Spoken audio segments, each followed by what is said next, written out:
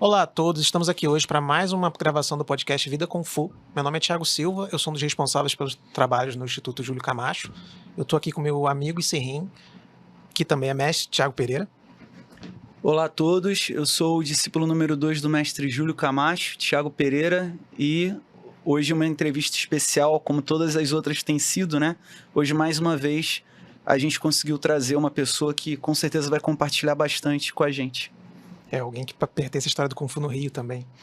A gente tem a honra, tem o prazer de receber aqui Geraldo Monerá. Ele é mestre qualificado pela Moyal Wing Chun Martial Intelligence. Ele gosta de ser chamado de Sifu Monerá. Eu gosto de chamar ele de Sisok, pelo laço familiar. Diga olá, Sisok. Olá, bom dia, Silva, mestre Pereira. É um prazer estar aqui.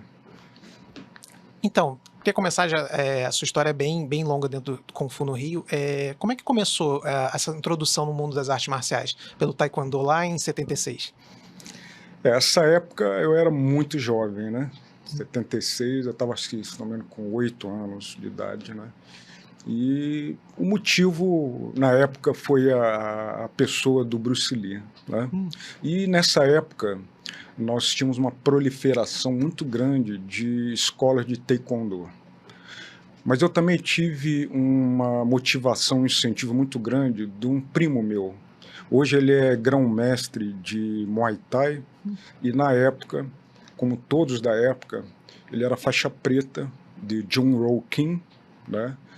E do Taekwondo aqui no Brasil, e ele me motivou também a iniciar, né? Tive essa influência no Taekwondo, mas perdurei muito pouco, aliás, né? Foram poucos meses até que eu encontrei outra opção, né? Então não tenho muito o que falar do Taekwondo, né? Mas sim da É o que eu acho curioso que a gente associa o Bruce Lee a chute, aí vai pro Taekwondo e ele faz Kung Fu, né? Tem uma dissonância. Eu queria saber, Sifu Monerá, se você poderia falar um pouquinho mais sobre esse cenário da época, quando você começou, né? Você acabou de falar da pouca idade que você tinha, mas assim, muita gente até hoje chega para praticar por conta da influência do Bruce Lee.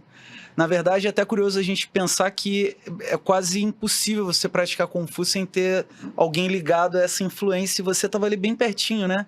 Ele tinha falecido em 73. Você pode falar um pouquinho como é que era o cenário das artes marciais quando você começou nessa virada de 70 para 80? Sim. O que acontece?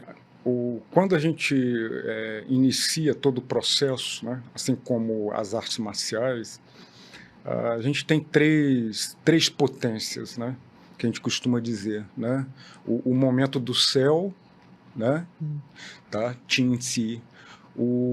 A vantagem do território, né, que é Teilei, e a harmonia dos homens, Yangbu, né? Essas três condições, ou essas três potências, como os chineses falam, é interessante observar como foi esse cenário em relação a isso na minha vida naquele período, né? Tá?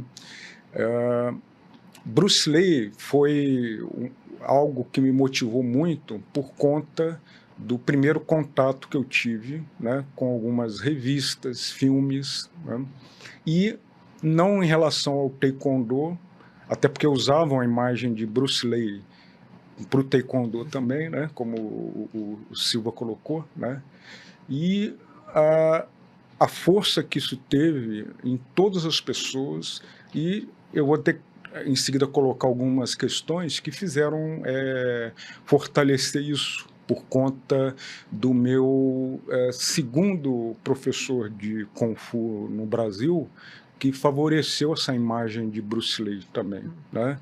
Mas um cenário assim muito pobre, na minha opinião, daquela época com relação às artes marciais, né? Uma incompreensão muito grande daquilo que chegou para nós no Brasil por muitos imigrantes, né? Então o cenário era péssimo, né? No sentido do que se propõe hoje a evolução da ideia, né, do Moutak, da evolução das virtudes através desse processo marcial. Então, vocês sabem, era uma época onde se prevalecia chutes, socos e pontapés, né?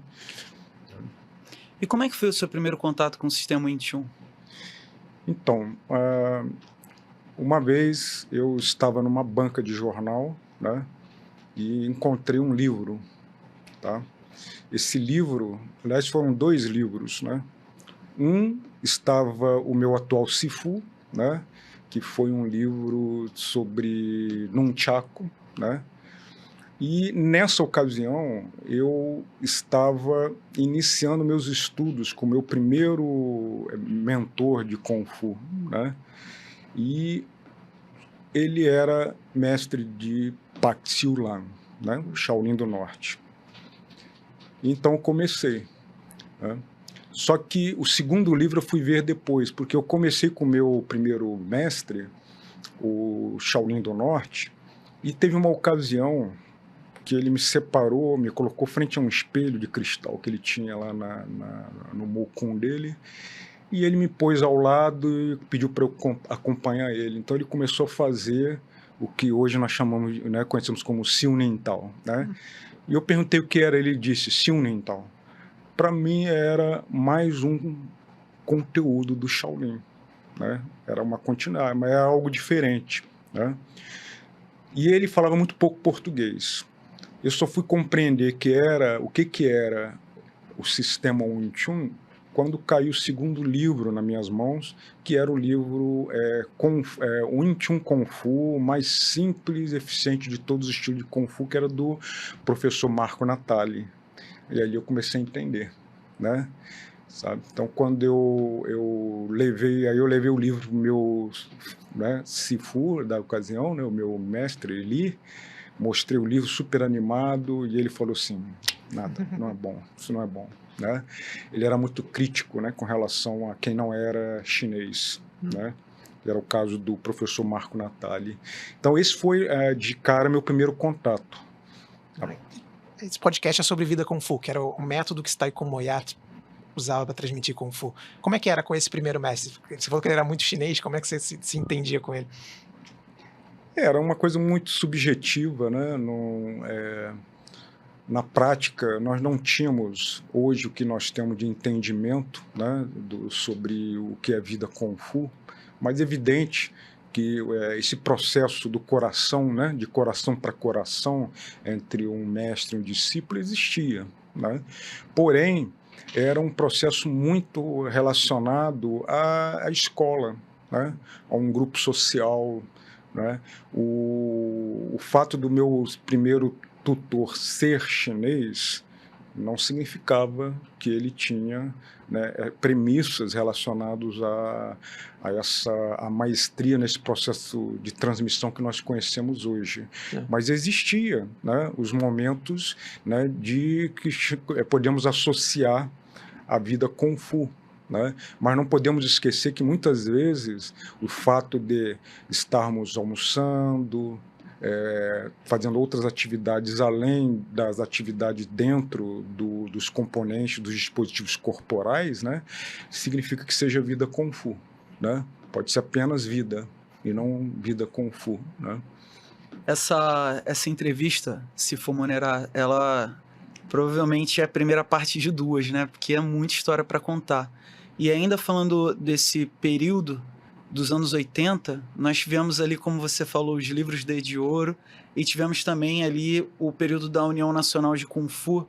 Sim. E você chegou a praticar na União Nacional de Kung Fu. Você pode falar um pouquinho sobre o que era isso, essa questão do quanto que esses livros influenciaram você, além desses 2 episódios? Se você pode trazer também um pouquinho da sua experiência nesse período.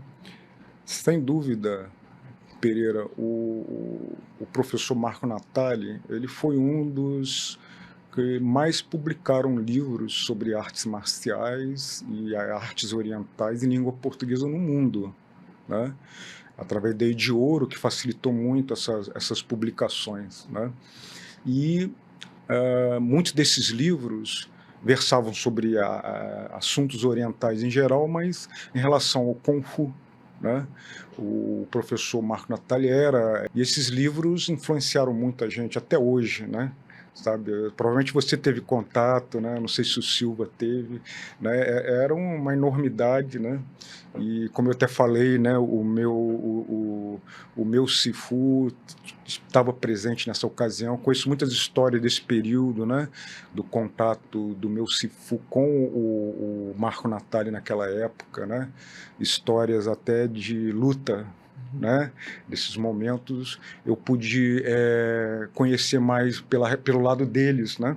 Sabe? E não pelo lado do meu Sifu. Então eram livros que rodaram o mundo e fizeram muita diferença na vida de todos nós. Tá?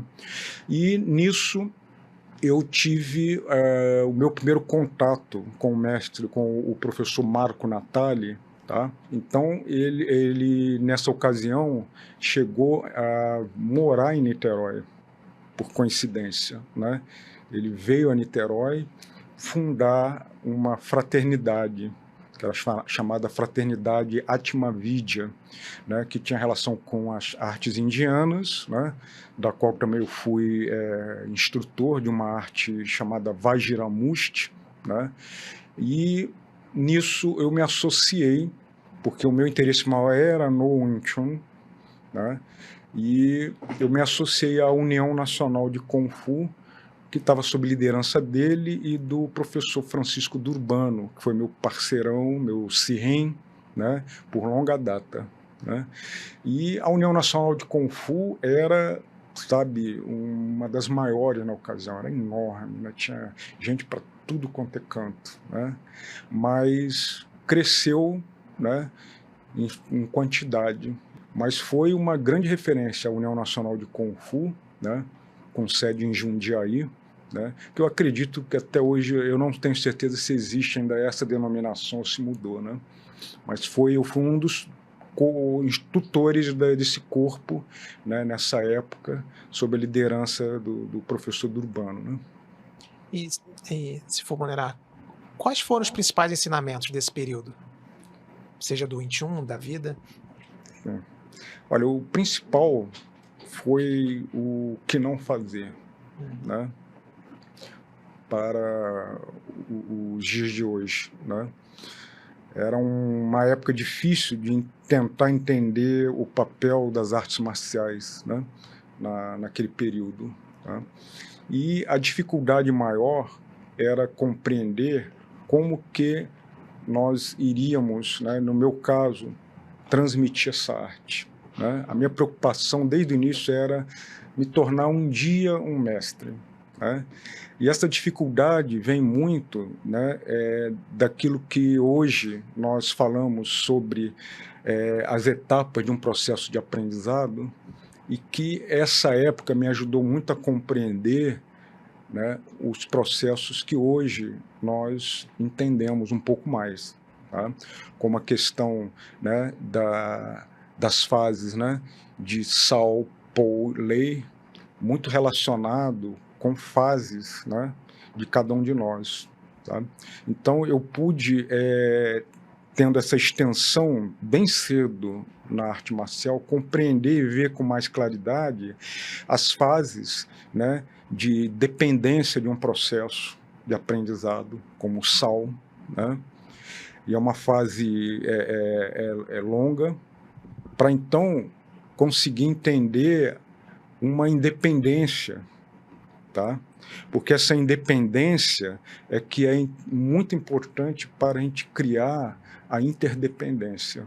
Né? É como é dito, a interdependência é a escolha dos independentes. Né? Mas a independência é importante, é uma fase importante, formar valores, né? Construir algum caráter, algum entendimento. Mas ela por si só chega um momento que ela fica escassa, né? Fica muito escassa. Ela entra num processo de curto-circuito. Então ela precisa compreender outros processos que vão levar a essa interdependência. Né? Então essa fase de dependência está muito ligado para mim na fase Po.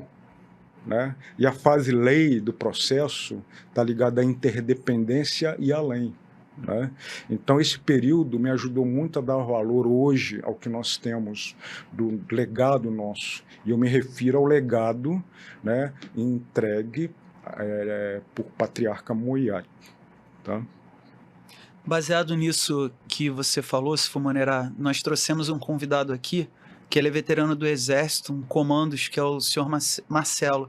E ele estava falando sobre uma rede que existe hoje, né, que você consegue fazer as informações circularem. E baseado nisso que você falou, como é que você vê a importância de uma rede de apoio, né, no trabalho de preservação, né, que você está falando tanto em salvaguarda? Como é que você vê o papel de uma rede de apoio para a salvaguarda de um sistema como o Intune? Eu não sei como é que é essa rede de apoio, né? Essa rede de apoio, tá? E, para falar a verdade, teríamos que analisar como é que funciona isso na prática, né? Hoje, o que nós temos de preocupação é como viabilizar, né, apoiar esse processo de salvaguarda, porque nesse processo de salvaguarda nós temos, né, a importância de proteção, tá? E preservação. São coisas, não quer dizer que sejam as mesmas coisas, tá? Então, muitas vezes a gente precisa ver o que nós temos que proteger, tá? Para então ver o que nós temos que preservar. Então, muitas vezes a gente preserva algo, mas não protege. Outras vezes a gente protege, mas não consegue preservar, né?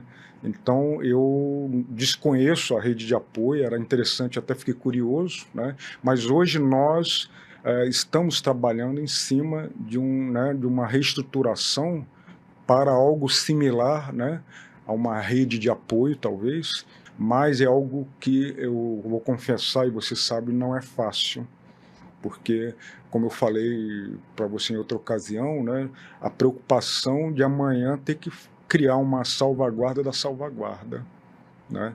Então, na prática, às vezes na ideia é muito legal, mas como é a viabilização disso, tá? Porque nós estamos lidando com pessoas, seres humanos, né, que têm suas dificuldades, que têm suas condições muito presas à educação anterior, então é muito difícil. Então, o teu SICUM, né, ele está muito determinado nesse processo, e essa preocupação que realmente eu estimo muito ele, né, com essa questão da salvaguarda desse legado, que é uma luta que não vem de hoje, já vem de muito tempo atrás, né?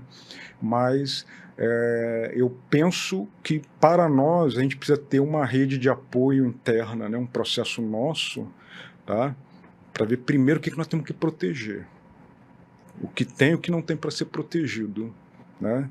E depois a preservação desse processo, eu acredito que possa estar ligado a uma rede de apoio externa, tá, ao nosso entorno, porque isso precisa chegar às pessoas, à sociedade, principalmente às pessoas leigas, né, que não sabem diferenciar com facilidade essas diferenças da arte marcial de antes para de hoje. Então, eu estava perguntando sobre qual seria o papel das artes marciais, você comentou aqui na outra pergunta. Veja, quando a gente fala de arte marcial, remete a uma expressão, né, de Mo Sut, né, que é a arte marcial, né, Mo Sut, tá, ou Wushu em mandarim, né. Mo, esse ideograma, né, ele teve várias evoluções para compreender as fases da arte marcial, né. E quando eu era garoto e meu primeiro professor falava sobre, né, o Mo, né, nosso entendimento era muito ligado a épocas antigas, quando o Mo, que é um ideograma que tem um antigo machado junto com outro ideograma que é deter, tá, parar, a ideia de a arte marcial nos primórdios, deter pela arma, né? Passado o tempo, e é uma evolução que está ligada àquilo que eu falei daquelas fases, né, nós chegamos a uma ideia de arte marcial, né, o povo chinês, de deter, né, com a arma, tá? Deter a arma do outro no início, né, ou deter pela arma, tá? e deter a arma do outro. Hoje, esse sentimento, essa ideia se amadureceu para um processo de deter a própria arma, né? Que é uma fase de amadurecimento da arte marcial, né? Só que muito extenso, né? Para que nós entendamos como que vamos viabilizar no processo de aprendizagem e evolução de uma pessoa que busca a arte marcial como um processo de desenvolvimento humano, esse processo de deter a própria arma, né? E esse é o mais difícil, né? Vencer a si próprio. Esse é um processo que muitas vezes estava sempre em jargão, né? Nas artes marciais. As pessoas falavam na minha época, né? Que vencer o outro, você se tornava um grande guerreiro, mas vencer a si próprio, você se tornava o maior de todos, né? Mas na prática... Isso é atemporal, né? É atemporal, sem dúvida. Qualquer fase a gente vai precisar. Ao longo desses anos, né? Eu vi de muitas pessoas assim... olha, fala o que quiser, mas a maioria das pessoas procuram arte marcial para aprender a lutar, por exemplo. Só que, baseado no que o senhor acabou de explicar sobre esse ideograma do Mo, é como se você praticasse para nunca precisar usar, de certa forma, né? E aí entra uma pergunta, né? Porque, assim, depois de tantos anos envolvido com as artes marciais, o que você acha que fez com que você conseguisse manter o seu interesse pelas artes marciais por décadas? E, se eu não me engano, tem um momento em que você deixa a faculdade para poder continuar nas artes marciais e, obviamente, tem as pessoas ao seu redor que talvez não tenham entendido muito bem isso. Mas como é que você poderia falar um pouquinho disso, né? Assim, manter o interesse por tantas décadas ao ponto de abrir mão, muitas vezes, de um trabalho clássico, digamos assim, para ser um profissional de artes marciais, né? Você poderia falar um pouquinho? Essa época, né, com relação à arte marcial, nós tínhamos o foco muito na competição, né? E eu, na ocasião, era funcionário do Banco Itaú, né? Já estava subindo alguns cargos dentro do banco, né? E iniciando a faculdade de engenharia, tá? E praticando o meu Kung Fu com o professor Lee, né? O que acontece é que, passado o tempo, né, eu fui me envolvendo com a parte competitiva, né? E o fato de eu estar largando tudo para me dedicar às artes marciais somou mais adiante com a perda do meu pai, faleceu cedo, né? Então eu precisava de um rompante para gerar uma segurança, né? Isso foi se somando para o meu processo de apreender na arte marcial essas condições, né? E também somou com as duras competições daquela época, né? Nós éramos pessoas aventureiras, né? Então eu me metia em tudo quanto é competição, né? E naquela época não tinha competição, nós tínhamos o primeiro torneio brasileiro de arte marcial. Um deles foi organizado pela própria União Nacional de Kung Fu, o mestre Marco Natali, né? O meu mestre, o Lee, né, Lee Taiyan, ele não aceitou ir para essas competições, mas eu fui com mais dois. Um deles é o hoje grão-mestre, que é o Marcelo Aguiar, lutou no Japão, vale tudo, com Sakuraba, inclusive, né? E nós praticávamos juntos, né? Mas, naquela época, até mesmo proteção era muito caro. Então, a gente não tinha material de proteção. Então, as regras eram passar uma atadura na mão, né? Sabe? Mas não tinha aquele negócio de botar no caco de vidro, igual o Van Damme, não. Tá? Era só atadura na mão, né? Algumas poucas regras e pronto. Nisso, passado o tempo, eu entrei em competição de Muay Thai e tantas outras, né? Competições mistas que entravam Kyokushin Kaikan, né? Karatê, Kyokushin, que era bem pesado, né? E eu me lesionei muito, né? Isso foi me desanimando, por um lado, né? Mas não desanimando da arte marcial, né? Desanimando desse contexto, sabe? Eu já estava noivo, né? Querendo casar ainda e querendo ter filhos, né? Então eu me preocupei se eu ia ter filhos depois dessas lesões, né? E correu tudo bem. Nasceu Maiara, né? Minha primeira filha, e o Luiz Carlos, né? Então, nessa questão, eu somei a decisão de que eu preciso fazer bem feito, é o que eu quero através das artes marciais, e eu larguei tudo, né? Faculdade, emprego, e foi uma difícil decisão até para minha família na época, né? Sabe? Mas me lembra um pouco o meu Sifu, né? Quando ele também decidiu largar, né, tudo e seguir o caminho das artes marciais. Aquilo foi até uma época meio que contemporânea, né? Sabe? O meu Sifu fundou a família dele em 88, né? E nessa época, em 88, eu estava com o Marco Natali, né? Eu estava dando um pouco de chute no escuro, né, com relação a isso. E eu não me arrependo, eu acho que eu acertei, porque acho que é a minha vocação, né?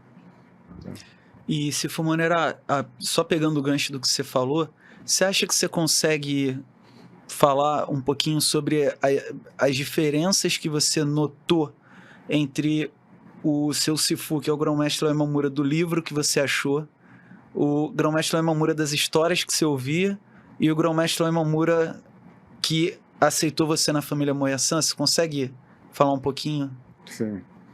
Bom, é interessante porque o escondido, né, é absconso, ele é escondido porque ele é oculto, mas é oculto porque é visível. Então, muitas vezes, o visível já não é mais, não dá para perceber mais, né?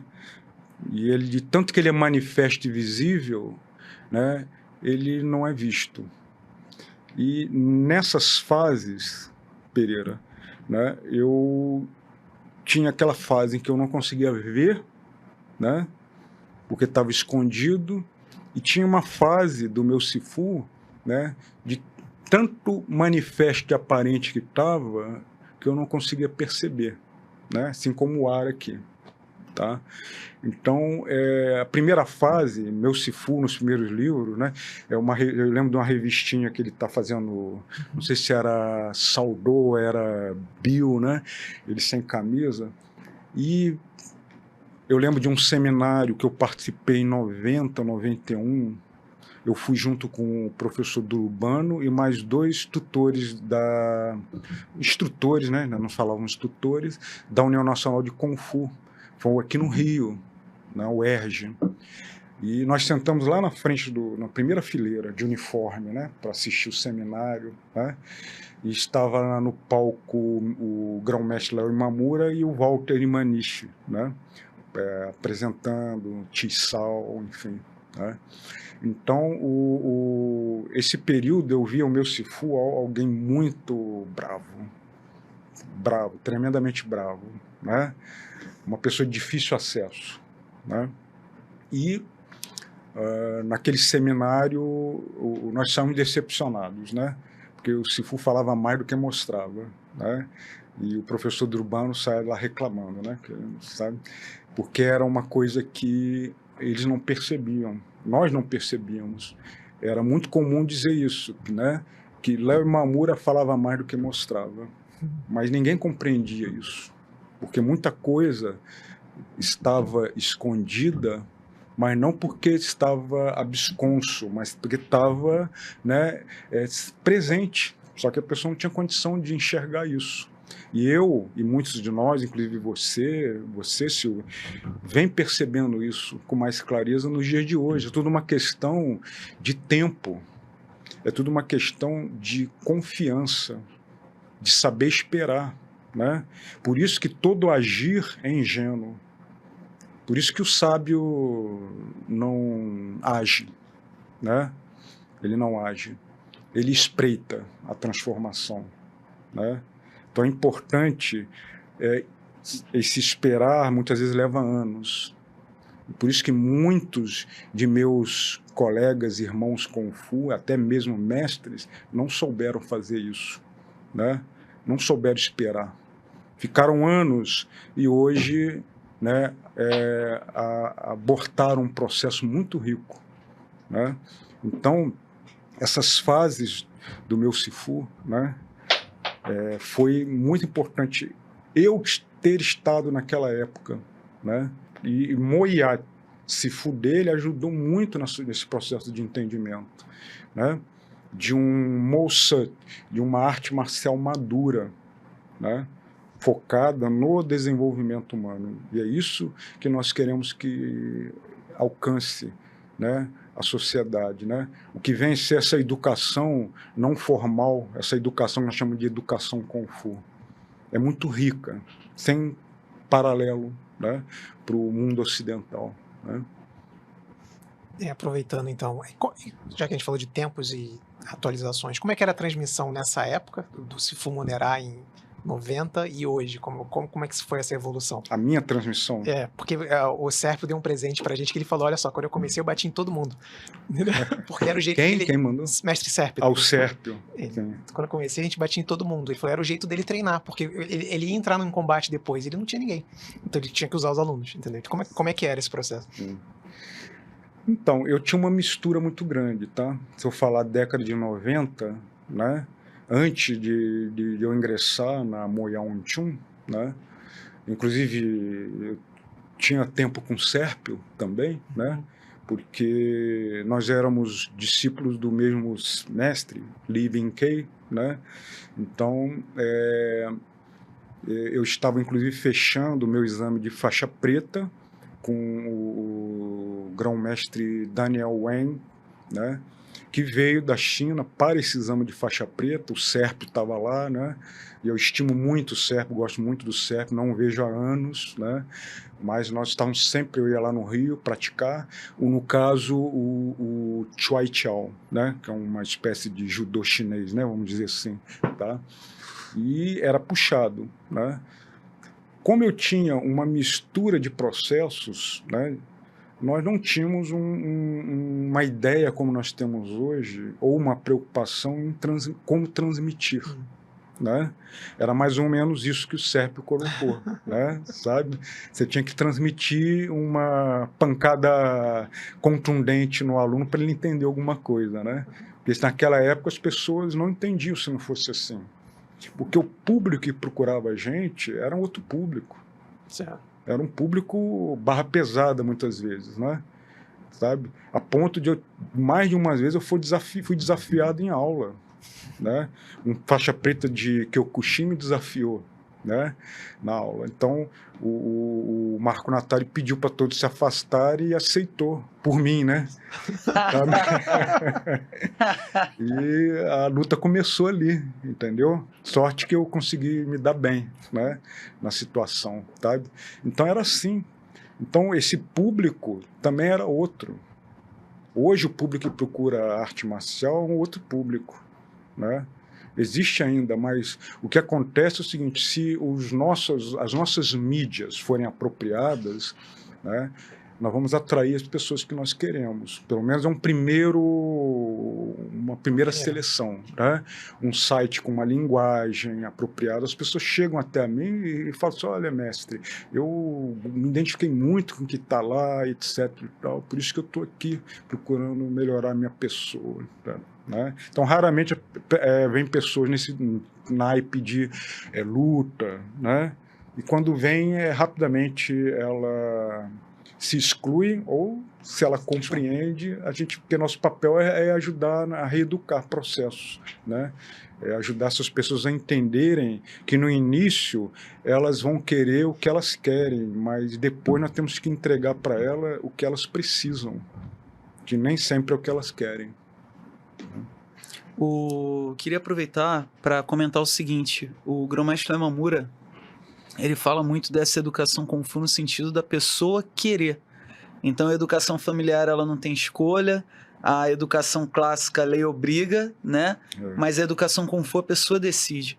E hoje que a gente tem, seja na cidade de Niterói ou mesmo no Rio de Janeiro, vários profissionais 21, né, isso se torna muito importante, porque independente de ter uma escola do lado da sua, a pessoa vai escolher o Sifu dela em algum momento.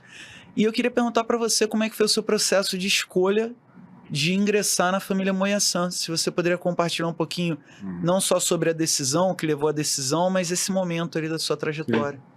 Então, o meu primeiro professor, Li Taiyan, faleceu, né? Em 96, se não me engano.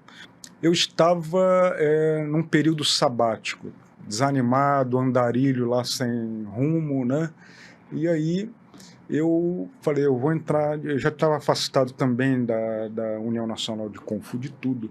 Então eu falei, vou voltar a tentar fazer contato talvez com o Durbano. Aí chegou nas minhas mãos uma oportunidade de se inscrever num congresso internacional de artes marciais. Falei, o Durbano vai estar lá, né? E vai ter muita gente também da nata, inclusive, né, o Léo Imamura, né? Mas eu estava sempre de olho e curioso com relação à linhagem Moyat. E lá naquele congresso, né, me inscrevi, né? E lembro na abertura, né, o palco, muitos profissionais de várias artes marciais, né, presentes, e o Léo Imamura, que é um dos organizadores, estava apresentando todo mundo, né, e curiosamente citou meu nome também. Aquilo me espantou, né? E o que acontece? E logo em seguida, né, um irmão Kung Fu que eu estimo muito, que é o mestre sênior Júlio Camacho, seu Sifu, né, ele me apresentou, ele me identificou porque ele viu o Léo Imamura falando e veio falar comigo, né? Eu estava lá de fantasia de Kung Fu, né? E ele se apresentou e veio, você não quer que eu te apresente ao meu Sifu? Eu falei, claro, né? Então fomos almoçar no intervalo do congresso, aí o Sifu me chamou junto com o meu Sipac Miguel Hernandes, nós sentamos nós três só para conversar, e foi, né, nem comemos direito, né? O prato ficou lá, né, muitas perguntas dirigidas para mim, né, e enfim, ali começou, né, algo que na verdade nunca encerrou, né, sabe? Que apesar de algum período depois, que a gente pode conversar sobre meu afastamento, né, aquilo começou uma jornada para a vida toda, né? E a partir dali eu fiquei a semana inteira após o congresso lá no antigo núcleo central da Moyal Untium, na Júlio Verne, uma semana hospedado lá, não avisei minha família e nem meus alunos, né? E é uma época que não tinha celular ou WhatsApp. Não, era, importante, né? Exatamente. Era muito difícil, né? Então não tínhamos muita comunicação e eu fiquei lá. E lá me decidi. Voltei decidido e meus alunos ficaram muito chateados comigo por conta disso, porque eu já voltei decidido a uma nova mudança, né? Então, mais uma vez, naquele período, muitos saíram, né? Graças a Deus, porque é um processo natural, né? A gente não pode pensar em crescimento sem pensar nesse decréscimo, né? É uma seleção natural. Só que as pessoas só conseguem enxergar o negativo, as saídas, né? E não conseguem prestar atenção em quem está junto, quem fica, né? Presta atenção em quem fica, porque ali tem coisa para você aprender, né? Então, nisso, essas mudanças, eu admiro muito o mestre Tiago Pereira nesse processo. Eu tenho uma estima nesse ponto, né? A gente pode conversar depois sobre isso, né? Por causa do processo seu, né? E que me inspira e que tem que inspirar muitos outros, né? Na jornada Kung Fu. Né? Eu queria pegar o gancho e fazer uma pergunta baseada na sua experiência profissional, que é como é que você enxerga hoje essa questão de quantidade de alunos, né? Porque principalmente muitos profissionais que estão começando, ou alguns que ficaram, digamos assim, desiludidos, ainda apontam todas as forças para um grande número de alunos salvar a pátria, assim. Uhum. Você pode falar um pouquinho sobre isso? Quantidade e qualidade? Sim, claro. Olha, na época da União Nacional de Kung Fu, eu tinha 120 alunos, né, no determinado mês, né? A União Nacional de Kung Fu, cada academia, eles chamavam de academia, né, escolas, é uma enormidade de gente, tá? Se realmente era um fator, era um critério que todo mundo valorizava, quantidade de alunos. Então, quem tinha mais alunos, né, era melhor, era um grande mestre, né? Então, eu vivi muito esse período, né, de quantidade, tá? E o que acontece? A preocupação, inclusive, do meu Sifu era ter um processo onde, veja, ou nós focaríamos em crescer muito e ter quantidade, tá? Ou crescer num processo que iria limitar, cresceria qualitativamente, mas que limitasse a um grupo pequeno de pessoas. É muito difícil isso, né? Hoje, devido a todo um processo que a gente precisa entender do que vem a ser Kung Fu, do que vem a ser sistema de Kung Fu, do que vem a ser, né, programa, tá? Então, tem gente que ainda é nenezinho para entender isso, né? Mistura tudo, tá? O programa é muito importante e esse programa tem viabilizado, ou esses programas têm viabilizado esse processo de nós conseguirmos crescer em quantidade e em qualidade, tá? E nós temos aí algo que fez muita diferença para mim, na minha experiência pregressa, que é, inclusive, o programa Wing Chun Experience. Vocês não sabem o peso que foi aliviado para mim nesse processo de transmissão, Silva. Tá? Então, hoje, a gente se preocupa, sim, com quantidade, mas no sentido de podermos acessar o maior número possível de pessoas, né? Porque nós queremos ajudar pessoas. E não é muito bom acessar só um pequeno grupo, que a gente possa acessar todo mundo. Hoje é mais fácil do que na minha época, porque nós temos as mídias, né, sociais, tá, para esse processo. Então, mas existe uma seleção natural, porque a gente precisa, né, fazer todo um processo de pré-qualificação, né, dessas pessoas para ingressarem. Mas o Wing Chun Experience vem facilitar essa questão, Pereira, da quantidade, tá? Ao mesmo tempo que nós vamos trabalhar em função da profundidade, do entendimento do que é a perspectiva Kung Fu que nós desejamos, e assim ajudar pessoas a se qualificarem para isso, né? A gente acabou falando um pouquinho tanto do programa na entrevista com o Sikun, grão-mestre da Imamura. Também falamos na entrevista com o Sissok Felipe Soares, mestre Felipe Soares. E você deixou uma pulga na orelha de quem está ouvindo agora. Qual é essa diferença entre Kung Fu Sistema e o programa? Então, é algo que não é simples, né? Mas nós podemos pensar, né, de Kung Fu, né, inclusive para as pessoas de fora, né? Kung Fu, né, é um processo, né, onde eu gosto muito de simplificar para as pessoas que me procuram e perguntam o que é Kung Fu, né, que é traduzir modernamente como desenvolvimento humano, tá? Um processo para desenvolver o ser humano, né? E Patriarca Moyat falava, né, que Kung Fu é vida, né? E vida é tudo que nós temos, vida é tudo, tá? Então Kung Fu é um processo de vida, né?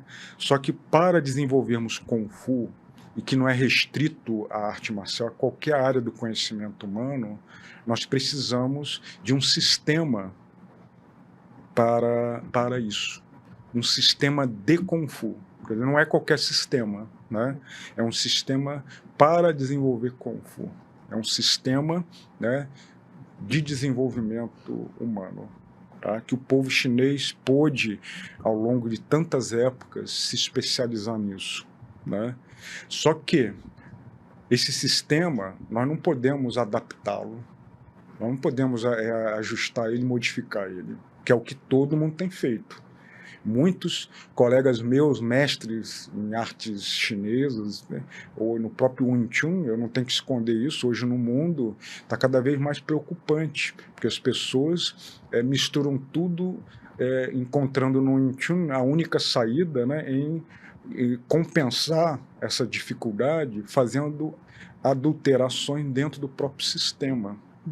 Primeiro que ele já não foi transmitido apropriadamente para essas pessoas, não é nem culpa delas, tá? Nem dos mestres que transmitiram, é algo que já vem lá de cima, né?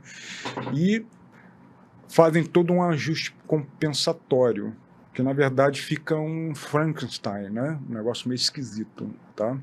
Então, vendo essa condição, uma vez que a transmissão, né, através, né, da transmissão legitimada, né, do sistema, da forma que nós cremos e acreditamos que chegou para nós, né, é necessário, né, e foi necessário, ainda porque ainda está em processo constante de desenvolvimento, né, a criação de um programa para viabilizar o acesso das pessoas ao sistema, para que ele ajude a desenvolver Kung Fu na pessoa, né? Então, meu Sikun, Patriarca Moyat, ele já deixou claro isso, né? E eu lembro muito bem, eu estava num jantar, estava à mesa ele, eu estava mais ou menos onde você estava, ele estava aqui, meu Sifu e meu Sipak Benmei, né? E ele falou sobre isso, mencionou sobre um tool, uma ferramenta. Inclusive tocou no braço do Sipak Benmei e falou assim, ó, tá vendo isso aqui? Ó? Isso é o ideal de vida Kung Fu que eu falo. Ele quis dizer que aqui no Brasil tínhamos essa condição de Samfat rica, tá? Então, essa dificuldade de entender essas etapas, né, tá, tem sido cada vez mais amenizada, né, quando a gente estuda o programa. O seu Sikun sempre fala sobre esse programa, né, e é o que nós estamos ajustando constantemente, tá? E é o que muitos não conseguem entender e não querem, ou até dizem que vão seguir o programa, mas na prática não segue, entende? E aí entra todo um processo, né, que está ligado à salvaguarda, tá? Porque a gente entra num processo de, né, meia-verdade, tá? Porque quer integrar um grupo, né, mas fica, né, com condições escassas e não viabiliza essa condição Kung Fu, o sistema e o programa. Então, o programa é muito importante como uma interface para que esse sistema chinês, todo criptografado, vamos dizer assim, possa ser acessado, né, através dessa interface. Então, a gente tem 3 programas, um programa infantil, né, tá? O programa Wing Chun Experience e o programa de salvaguarda. Ótimo. E eu queria saber, já que você citou, se você poderia falar um pouquinho ali no final da década de 90, como foi o primeiro momento que você teve contato assim mais próximo com o Patriarca Moyat. Como é que foi a experiência, onde foi, o que aconteceu, né? Se você poderia falar um pouquinho. Sim. Nessa época, foi na década, né, porque como eu ingressei, meu Roy Kim foi em 2 de julho de 1997, tá?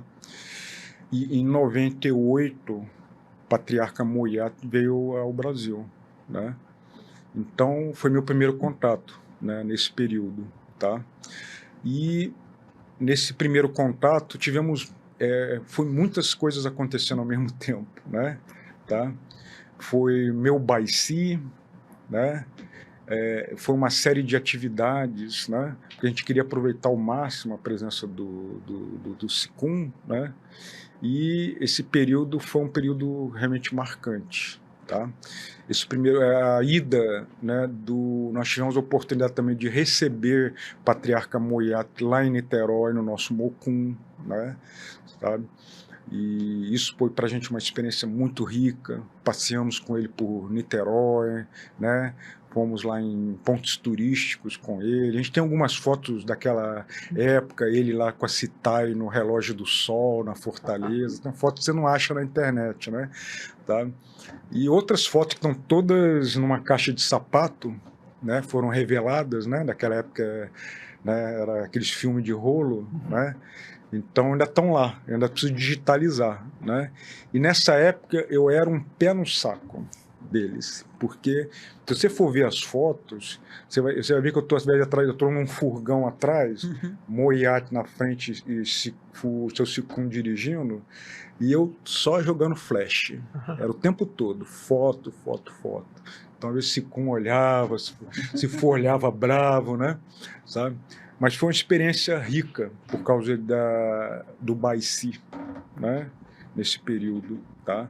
Então, aí eu posso contar várias questões, histórias em relação a isso, da experiência com o Moiate, né? E do que eu percebia, né? Naquela época, sabe? Mas o que foi mais marcante foi, para mim, o Baici, né? Sabe? E o Baici, eu confesso que naquela época a gente não tinha muito entendimento, de fato, do que era o Baici, né? Tá? Mas esse primeiro contato foi uma forma com que eu conseguia reforçar a veracidade de todo o processo anterior, desde o meu início das artes marciais, quando o meu Sifu fazia questão de colocar o Sifu dele em contato direto conosco. Isso é uma coisa muito importante, que é o que eu quero valorizar e tento valorizar hoje. Colocar o meu Sifu em contato direto com os meus Daiji, meus Todai, né? Meus alunos no Experience, para que eles aproveitem ao máximo o Sicum, tá? Nesse processo, né? Então, esse primeiro contato, né? Inclusive o mestre sênior Júlio Camacho me acompanhou muito, porque o mestre Júlio Camacho, ele me apoiava muito, né? Ele ficava animado em ver meu desenvolvimento, né? Tanto é que um pouco antes de Moiate chegar, nós estávamos ainda na véspera, né? O mestre Júlio Camacho vinha conversar comigo sobre como que Moiate e o meu Sifu era muito bom. Então esse primeiro contato foi um contato rico, né? Inclusive passamos 3 a 4 dias, Pereira, na casa do meu Sirrim Paulo Freitas, lá em Petrópolis. Eu nem lembro se você estava nesse período ali, não, né? Então foi uma vivência, uma casa enorme, com muitos quartos, ficamos todos hospedados lá com o patriarca Moiate, né, convivendo conosco, e tivemos ali muitas experiências interessantes, né, tá? Inclusive a descoberta, o entendimento do meu nome Kung Fu também foi nesse período que a gente pôde tirar dúvidas. Eu ia perguntar sobre isso, como é que foi receber o nome Kung Fu? Então, no Baici, patriarca Moiate, né, no processo de Baici, que foi excelente para mim, né, as cerimônias, elas tradicionais, elas nos ajudam a se conectar com os ancestrais, né, a revitalizar, sabe? E para mim foi um momento assim muito emocionante, fazer o Baici, né, com Moiate e minha Citai Helen Moi, né, e deixando claro que eu não fiz Baici com Moiate, né? Eu fiz o meu Sifu fazia questão de proceder o Baici, né? Com a presença do Sifu dele, né? Então o meu Baici eu recebi meu nome Kung Fu do meu Moi de Moiaçã, né? Mas ele fazia questão do Baici com o patriarca Moiate, né? Era estratégico isso, né? E nessa ocasião o Citai, né, eles me entregaram um presente na hora, um rumbal, né? Eu entregava rumbal, mas Moiate e Citai me entregaram um rumbal, né? E dentro desse rumbal tinha algo duro, né? Que era um carimbo, né? Com o nome Kung Fu, né? Eu recebi o carimbo, tá? Guardei, né? Mas naquela época não tinha, você não falava o nome Kung Fu da pessoa, né? Hoje a gente levanta e já anuncia o nome Kung Fu. Naquela época recebi um carimbo que ele próprio, Patriarca Moyat, cunhava, tá? E meu Sifu o que fazia? Moyat escrevia fora do envelope, em chinês, em ideogramas, o nome Kung Fu. E como eram muitos naquela ocasião, né?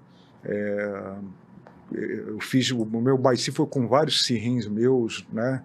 O mestre Leandro Godoy fez naquela ocasião. E já não lembro de todos que Mestra fizeram. Úrsula, A talvez? Úrsula, mestra Úrsula.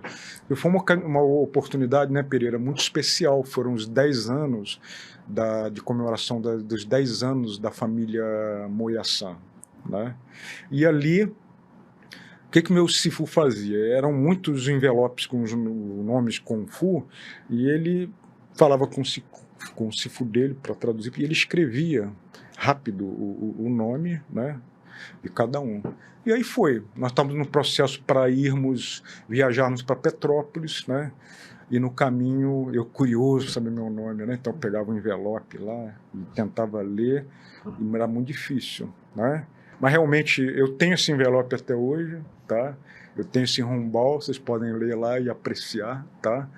E com a escrita de Moyat e de meu Sifu, transliterado, né? E lá em Petrópolis nós tivemos que conversar muito com o Spak Beni para ver se ele entendia o chinês ali, mas nós perguntamos diretamente para o Patriarca Moyat, né? Então depois ficou claro, né? Moi Ka Laito, né? Que é uma expressão que hoje, se você chegar para um chinês normal, você não vai entender, essa expressão pode não significar nada, porque significa para aquele que criou, né? Para aquele que fez, né? Então uma vez eu estava conversando com o meu Sipak Nelson Chen, né? Do Canadá, e eu tentei pedir para ele analisar meu nome Kung Fu. Aí ele falou, não significa nada, né? Aí eu, tá bom, né? Fiquei mais curioso ainda, né? Mas satisfeito porque é algo diferente, né? Porque significa para aquele que emitiu, né? Deu esse nome, significou para meu Sikun, né? Então é óbvio que cada ideograma tem um significado, né? Só que interessante que Moyat, agora eu lembrei, no envelope, ele escreveu, que agora eu lembrei, o Sifu perguntava o significado, e ele escrevia, então estava como The Struggle Harder, né? Tá? Então eu gostava disso. E hoje, quando me perguntam, eu falo, o que quer dizer essa expressão? Eu falo assim, duro de matar, né? Ótimo. Sabe? Não por extensão de sentido, né?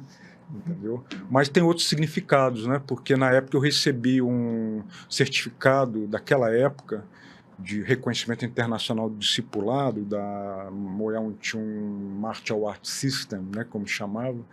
Então lá tem um outro significado, que é aquele que crescerá através da ajuda oferecida ou da ajuda ofertada, né?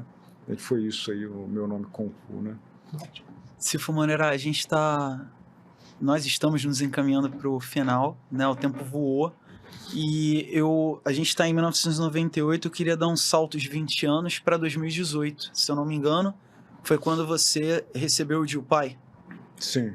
Você poderia falar um pouquinho sobre esse momento, sobre o que significou e deixar um gancho, né, para o próximo encontro do que viria pela frente? Sim, claro. O que é que acontece? Hoje, né, eu teria que falar um pouco do que aconteceu um pouco antes, né? Que foi eu não vou falar por causa do tempo, mas é aquele período, meu outro período sabático, né? Em que eu fiquei afastado alguns anos da relação com o meu Sifu, da relação com a Moyang Chun, né? E em 2017, né, nós tivemos o aniversário da CITAI lá em Brasília, foi 2017. Então eu resolvi ir ao aniversário da minha CITAI, até por motivação de um outro, tá? Ok? E Essa pessoa veio a Niterói, inclusive, um sirri meu me convidar, me motivar a voltar para Moyal Intium. Ele lutou para eu voltar, né? Tá? E nisso eu me inscrevi lá eu vou, aniversário da minha Citai, e vou reencontrar todo mundo lá, né? No aniversário de Citai. Então, esse foi o primeiro start de retomada, né? E aí eu tomei minha decisão de 2017 a 2018, tá? Resolvi ir, na ocasião era a Casa dos Discípulos, ter uma conversa com o meu Sifu, né? Tá? E nessa conversa, eu pude falar com o meu Sifu o seguinte: eu quero voltar. E ele falou: voltar como assim? Né? Se você nunca esteve fora. Aí aquilo me emocionou, né? Me emociona até hoje isso, né? Quando ele falou isso. Então, mas eu precisava dar esse passo de retorno, né?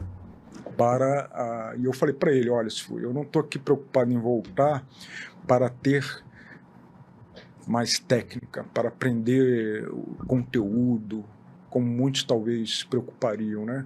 Ou como se dizia antigamente, completar o sistema, né? Mas a minha relação com o Senhor, a relação com o Senhor é o que mais me importa, tá? Então eu reforcei isso. Aí quando eu fiz isso, ele me deu um abraço, né? Me chamou lá embaixo, aí me abraçou e me colocou o pin, né? Do clã Moyasan, me abraçou, a gente tem uma foto dessa ocasião, né? E aí todo o processo se reaqueceu, né? Para 2018 termos de fato, porque até então nós não tínhamos uma família Kung Fu legitimada, tá? Que é importante entender isso, porque muitas pessoas não entendem muito sobre esse processo de legitimação, né? E eu ainda usava Moi Kao Inchun. E por curiosidade, meu Sifu até pouco tempo não entendia por que eu botei Moi Kao Inchun. Tem gente que achava que eu queria fazer um trocadilho de Moiat com Moicá, né? Aí um dia desse nós estávamos num restaurante, aí eu até hoje ainda uso, tem aqui Moicá Inchun, nós vamos renovar esse uniforme, né? É porque o material é muito bom, ele não estraga, né? Aí eu falei, Monerá, Moicá de Moicá lá, Ito, né? Do teu nome Kung Fu. Eu falei, Sifu, sempre foi, né? Ele não associou, olha que interessante, né? Eu botar só Moicá Inchun, mas era do meu nome Kung Fu, né? Só o meu primeiro nome, K, né? Moicá, tá? Eu queria manter sempre as raízes, entendeu? Ao contrário de que muitos colegas meus, irmãos Kung Fu, não só aqui como lá fora, né? Ou Cipacs, não faziam isso, dava realmente uma outra denominação, né? Nem associava muito com a Moyal Intium diretamente, né? Então, para mim foi o ponto culminante, né? A fundação da família Moicala, então, né? A legitimação da minha condição de autorização de líder de família através do recebimento do Jiu Pai, né? Que a gente tem muito orgulho, né, do Jiu Pai, né? Inclusive essa versão que consta o nome Kung Fu da pessoa ali, né, da nossa família, e isso fez toda uma diferença para os dias de hoje, né? Então a fundação foi, né, em agosto de em setembro, né, 8 de setembro de 2018. Nós fizemos questão do 8, né? Não dá para ser 8 de agosto, mas foi 8 de setembro, tá? E a fundação da família Moicala. Então, o senhor é muito ativo nas redes sociais, assim, de maneira geral na internet, até além das redes. Sua presença é sempre notável. Como é que você vê o Wing Chun para o futuro? E como é que você vê essa presença nossa online? Eu sempre fui muito a favor, né? Eu sempre fui um dos pioneiros em tentar colocar online todo esse processo, né? Tá? Uma época que as pessoas criticavam muito, né? Então, eu não posso citar nomes, mas pessoas criticavam, né, sobre o que meu trabalho online, numa época que realmente era muito difícil, né? Mas nós tentávamos fazer até tecnologias de ponta daquela ocasião, tá? E eu recebia muita crítica, tá? Alunos de outros mestres que me ligavam falando assim, olha, meu Sifu, eu estimo muito o senhor, Sifu Munera, mas meu Sifu falou que isso aí é uma enganação, que isso aí não existe, que não sei o quê, né? E um mês depois eu vi o Sifu dele fazendo curso online também, né? Então, é uma questão de entender tendências, tá? Entender tendências. Nós não podemos planejar nada, né? Se me perguntarem sobre planos que eu não tenho planos, né? Como eu falei, todo agir é ingênuo, né? Nós não podemos planejar nada. É deixar perceber, né, o curso das coisas, as tendências, é algo muito difícil, né? Mas toda a intencionalidade estratégica, ela não tem uma intenção específica, né? Tá? Então, a dificuldade de compreender esse processo é muito grande, inclusive na prática, tá? O processo é que é importante. As pessoas querem ser felizes, né? Estão preocupadas no destino, mas a felicidade não está no destino, está no processo, está na jornada, né? Existe um relatório da Harvard Happiness Report falando que a geração Z, geração Alpha, que eu acho que nasceu em 2010, já estão tendo sintomas das pessoas da meia-idade, dos 50 anos, aquela crise da meia-idade, já estão tendo elas, a geração alfa, esses sintomas, né? Então, esse processo é difícil de compreender, mas fácil, né? Quer dizer, é difícil de aceitar, mas fácil de compreender, né? Com relação a tudo isso, né? Então, hoje, nós temos que viabilizar no meio online, tá? Porque eu vou viajando, eu esqueço da pergunta, tá? O meio online, ele tem um papel muito importante, inclusive o meu Sifu, né? Ele tem visto cada vez mais essa importância, porque não é fazer tudo online, não tem como você transmitir o Kung Fu somente online, tá? Ok?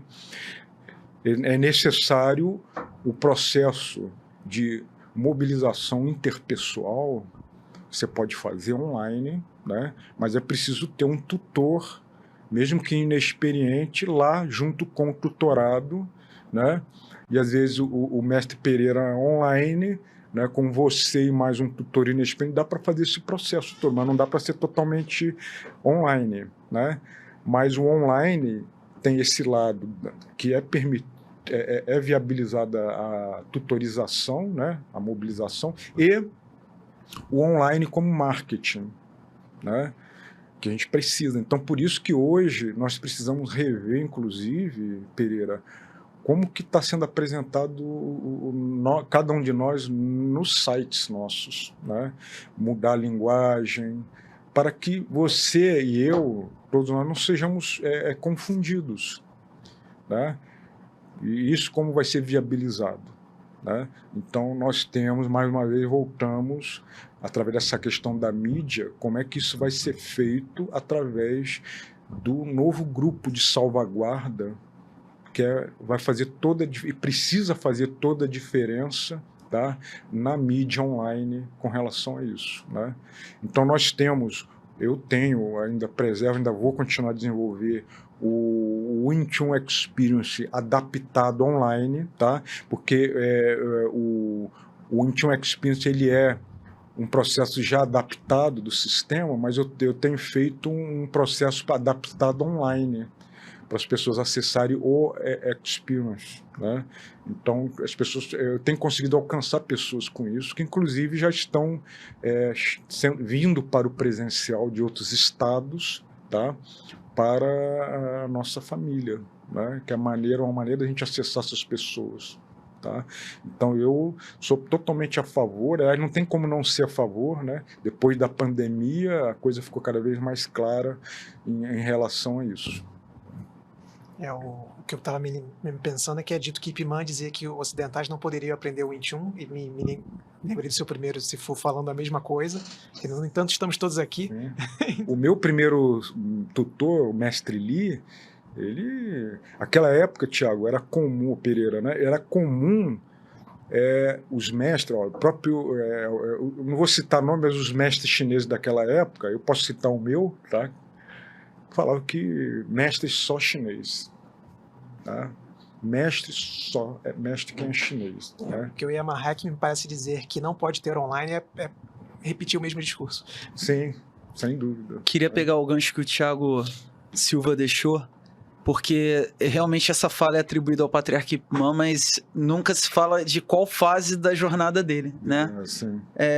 Até porque o patriarca amanhã chega nos Estados Unidos conseguindo se comunicar em inglês de maneira razoável, como um Sifu legitimado, então houve de fato um preparo para ele poder fazer essa transição. É verdade. E falando nessas diferentes fases de um Sifu, eu queria propor uma última pergunta, exatamente por onde a gente começou, né? Então, num determinado momento, o Grão-Mestre Uemamura era uma capa de um livrinho.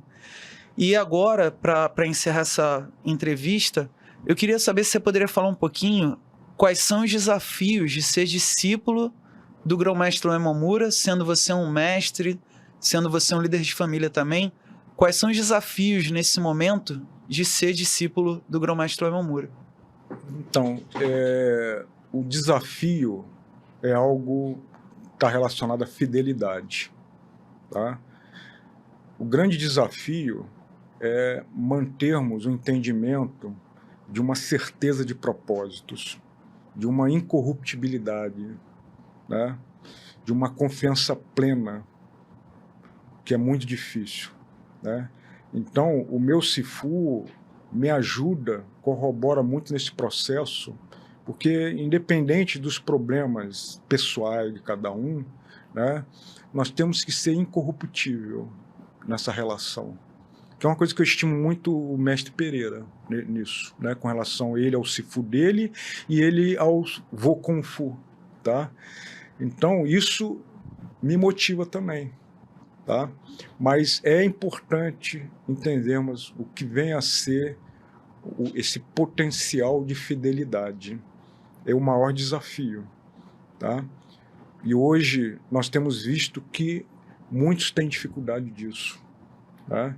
Então, de hoje em diante, o meu maior desafio, né, não é nem mais, porque não é mais um peso para mim, né, ser fiel, leal ao meu Sifu, né?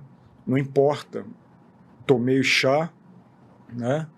E ele é meu Sifu para sempre, com os erros dele, as dificuldades deles, né? Ele melhorou muito daquela época da capinha para cá, do livrinho para cá, né? Mas ainda assim eu tomo umas chamadas, né? Como eu contei no meu discurso de titulação lá em Brasília, né? Que há pouco tempo ele disse que eu não estava prestando, né? E eu falei assim, maravilha, ouvir isso, né?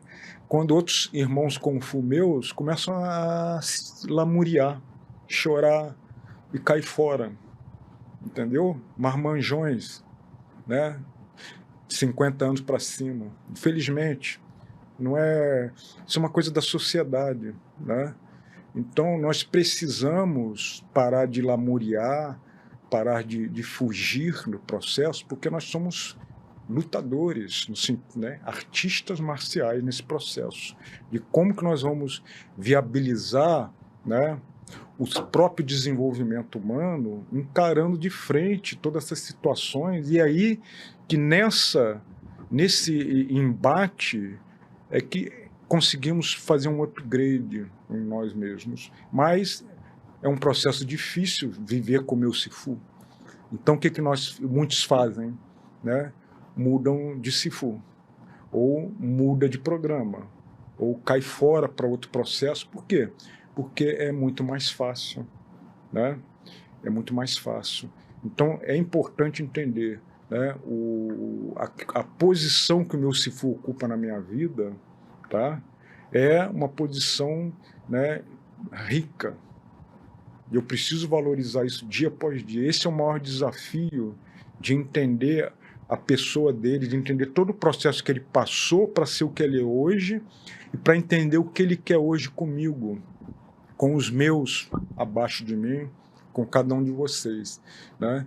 Então, para mim é uma honra enorme, né, continuar incorruptível na minha condição de discípulo, né, na minha condição de Sifu, tá? São coisas diferentes muitas vezes, né?